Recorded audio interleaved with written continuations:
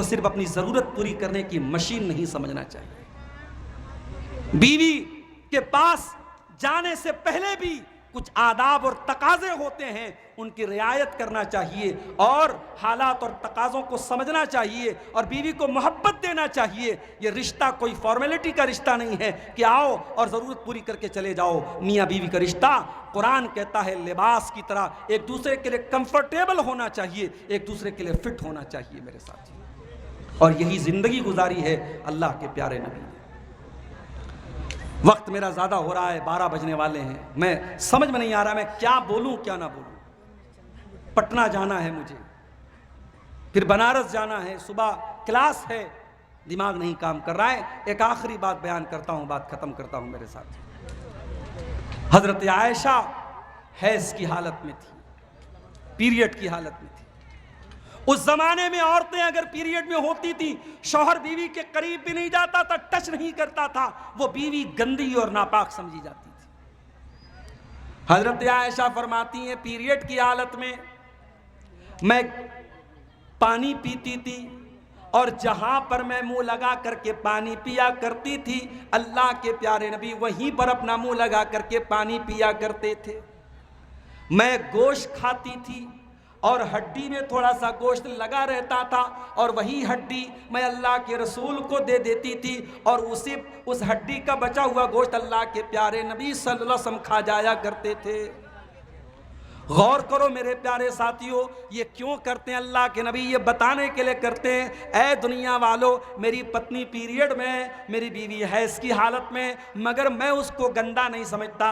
ठीक है वो नमाज नहीं पढ़ सकती, ठीक है वो रोज़ा नहीं रख सकती, मगर उसका झूठा खा सकता हूँ, उसने जहाँ बर्तन में मुँह लगाया उसको मैं पी सकता हूँ, वो मेरे लिए नापाक नहीं है, उसको टच करना मेरे लिए हराम नहीं है, उसके साथ उठना बैठना मेरे लिए हराम नहीं है। बीवी से मोहब्बत आप करते थे, उसका इजहार भी करते थे आप। एक मर्तबा हजरत अम्र बिन आस ने पूछा, अय अल्लाह के नबी आप दुनिया में सबसे ज्यादा किससे मोहब्बत करते हैं?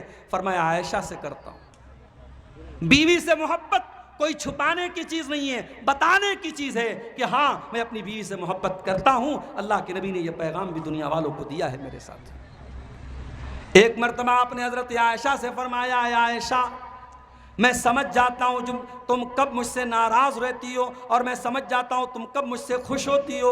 फरमाया कैसे समझ लेते हैं? कहा कि अय आयशा जब तुम मुझसे खुश होती हो तो कसम खाती हो तो कहती हो मोहम्मद के रब की कसम, और जब मुझसे नाराज होती हो तो कहती हो इब्राहीम के रब की कसम। जब तुम मुझसे नाराज होती हो तो मेरा नाम नहीं लेती हो। कहा अल्लाह के नबी मैं आपका नाम छोड़ती हूँ, आपको नहीं छोड़ती हूँ, आपको नहीं छोड़ती हूं, मैं आपका नाम छोड़ती हूं।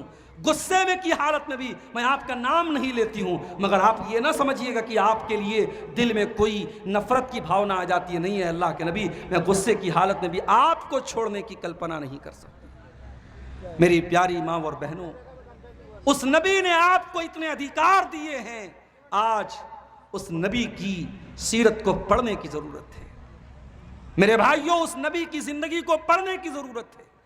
सोशल मीडिया पर आज अल्लाह के नबी के खिलाफ कितनी बातें हो रही हैं आपको शायद अंदाजा नहीं है। हमारे उत्तर प्रदेश की जो घटना हुई बरेली के अंदर, उस घटना के बाद जो कुछ भी हुआ, आप उस घटना की अगर तह तक जाइए तो आज भी उसको बुनियाद बना करके सोशल मीडिया पर अल्लाह के रसूल के बारे में गंदी और घिनौनी बातें कही जा रही हैं।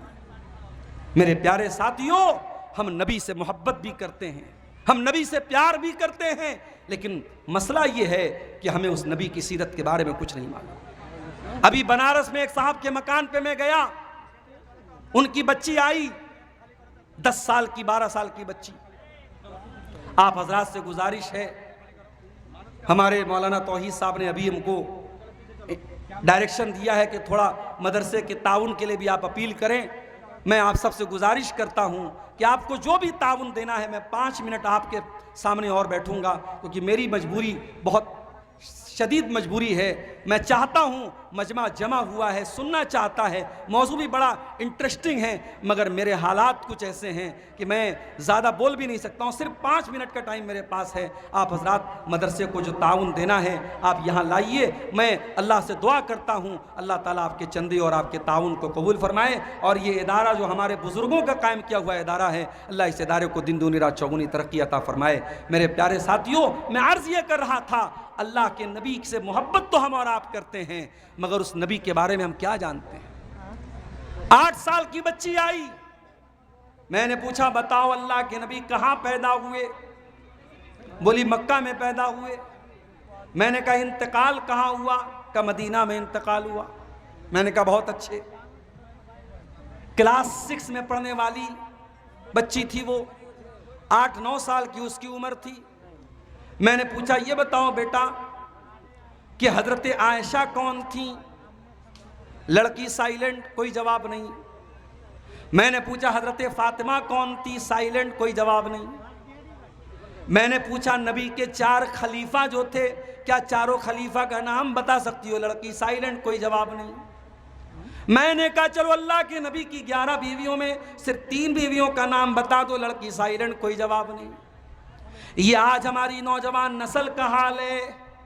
उसके बाद आप ये शिकायत करते हैं कि कटिहार स्टेशन पर मुसलमान लड़की गैर मुस्लिम लड़के के साथ क्यों नज़र आ रही है, पूर्णिया बाजार में क्यों नज़र आ रही है, और किशनगंज में क्यों नज़र आ रही है। आपकी कौम की बेटियों को जब आपने दीन सिखाया ही नहीं, दीन बताया ही नहीं, उनको आपने कुरान और सुन्नत की तालीम ही नहीं दी, तो वो अगर इस तरीके का कदम उठा रही तो कौन सी हैरत की बात है मेरे साथी। जब आपके घर का दरवाजा खुला है तो घर के अंदर कुत्ता एंट्री करेगा। आपको अगर कुत्ते की एंट्री रोकनी है तो पहले घर का दरवाजा बंद करो मेरे प्यारे साथी।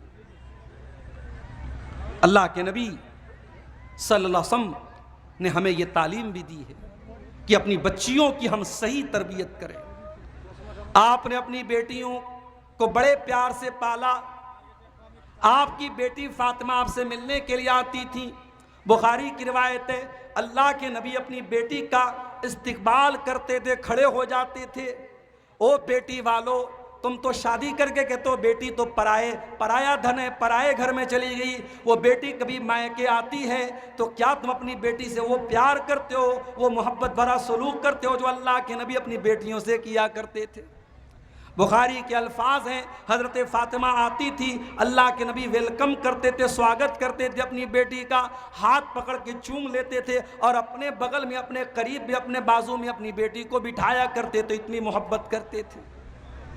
इतनी मोहब्बत करने के बावजूद भी मेरे प्यारे साथियों, एक मर्तबा हज़रत अली, हज़रत फातिमा दोनों अल्लाह के नबी के पास आते हैं। हज़रत अली कहते हैं अल्लाह के नबी मैं बहुत मेहनत करता हूँ, इतनी मेहनत करता हूँ हत्तश्तक़ई तो सदरी, मेरे सीने में दर्द होने लगा है। हज़रत फातिमा कहने लगी अब्बा जान तहन तू, मैं इतना ज़्यादा आटा पीसती हूँ, चक्की चलाती हूँ कि मेरे हाथों पे छाले पड़ गए। अब्बा जान मुझे कोई गुलाम दे दीजिए, आपके पास कुछ गुलाम आए, मुझको गुलाम दे दीजिए। मुस्नद अहमद की रिवायत है। नबी ने फरमाया नहीं, ये नहीं हो सकता कि मैं तुमको गुलाम दे दूं। वह अहलुस्सुफ़्फ़ती तत्वा बुतूनहुम, और मेरे मदरसे में पढ़ने वाले बच्चे, ये मदरसे जो आज हम चला रहे हैं ये कोई नया काम नहीं है। नबी के दौर में भी मदरसा चलता था, नबी की मस्जिद में मदरसा चलता था, और उसमें पढ़ने वाले जो स्टूडेंट्स थे, जो तलबा थे, उनको असहाब सुफ़ा कहा जाता था। बेचारे गरीब, फटे हाल, किसी के बदन पे कपड़ा, एक चादर, कपड़े के नाम पर एक चादर है, कभी खाना मिला नहीं मिला। वो अल्लाह के नबी के दीन के स्टूडेंट थे, वो नबी के हॉस्टल में रहने वाले तलबा थे। मेरे प्यारे साथी, आपने फरमाया ला ओती कुमा व अदव अहल सुफ़्फ़ती, ऐ मेरी बेटी फातिमा, ऐ मेरे दामाद अली, मैं तुमको वो गुलाम दे दूं और असहाब सुफ़्फ़ा को छोड़ दूं जो बेचारे मेरे मदरसे में दीन की तालीम हासिल करने आते हैं और भूखे प्यासे रहते हैं। ऐ अली ऐसा नहीं हो सकता, ऐ फातिमा ऐसा नहीं हो सकता। मैं वो गुलाम बेच दूंगा और उनकी कीमत उनके ऊपर खर्च करूंगा, लेकिन हाँ तुमको गुलाम तो नहीं दे सकता। एक तस्वीर बताता हूँ, रात में बिस्तर पे सोने जाना तो 33 मरतबा सुभान अल्लाह पढ़ लेना, 33 मरतबा अल्हम्दुलिल्लाह पढ़ लेना, 34 मरतबा अल्लाहु अकबर पढ़ लेना, तुमको किसी गुलाम की ज़रूरत नहीं पड़ेगी। ये तालीम थी अल्लाह के नबी की, ये तरबियत थी मेरे प्यारे साथियों अल्लाह के नबी की। आज जब नबी की हम बात करें तो नबी की घरेलू ज़िंदगी से भी हमें इबरत और नसीहत हासिल करने की ज़रूरत है मेरे प्यारे साथियों। ये एक पर्ची आई है, 2 सवाल इसमें लिखा हुआ है, शकील बिन हनीफ के बारे में क्या राय है। शकील बिन हनीफ इसी बिहार के दरभंगा ज़िला का रहने वाला है और ये अपने आप को मेहदी बोलता है और ये कहता है कि ईसा मसीह भी मैं हूँ, मेहदी भी मैं हूँ। और मेहदी के बारे में, हज़रत ईसा के बारे में जो हदीसें आई हैं उसकी मनमानी ये व्याख्या करता है, तशरीह करता है। इस दौर का बहुत बड़ा फितना है, आप होशियार रहें। हज़रत ईसा अलैहिस्सलाम ज़िंदा आसमान पर उठाए गए हैं और क़यामत के पहले ईसा अलैहिस्सलाम पैदा नहीं होंगे, आसमान से उतरेंगे और मेहदी पैदा होंगे। मेहदी अलग हैं, ईसा अलग हैं। और ये शकील बिन हनीफ ये आपके बिहार का एक इंसान है, ना ये मेहदी है ना ये ईसा है, ये फर्जी आदमी है और ये हमारे नौजवानों को गुमराह कर रहा है। इसके फितने से आप होशियार रहें। और दूसरा सवाल इसमें आया है कि फौतशुदा नमाज कैसे अदा करें। फौतशुदा नमाज यानी जो नमाज छूट गई है, तो अगर इतनी सारी नमाजें छूट चुकी हैं आपकी कि उसको अब पूरा नहीं किया जा सकता। जैसे बहुत सारे लोग बेनमाजी थे, अब उन्होंने तौबा की और नमाज शुरू कर दी, तो जहाँ से आपने तौबा की है सच्ची तौबा कर लीजिए, वहाँ से आप नमाज स्टार्ट कीजिए। पहले की बहुत सारी नमाजें जो छूटी हैं वो आपको पूरा करने की ज़रूरत नहीं है।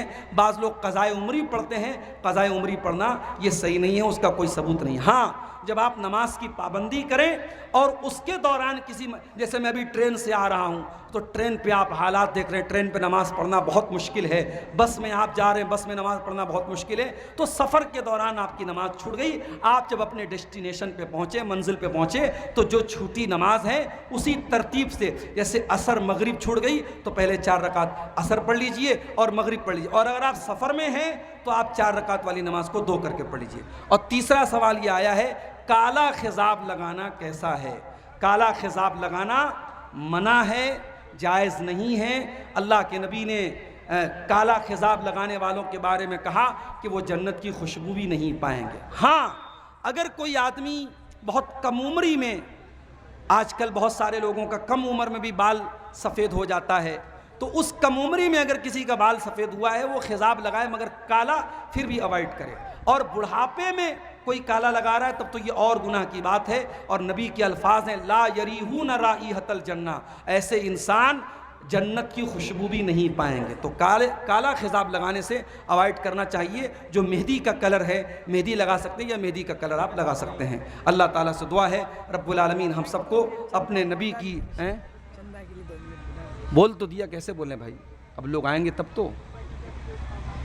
देखिए मौलाना अब्दुल गफ्फार से आप हजरात कितनी मोहब्बत रखते हैं।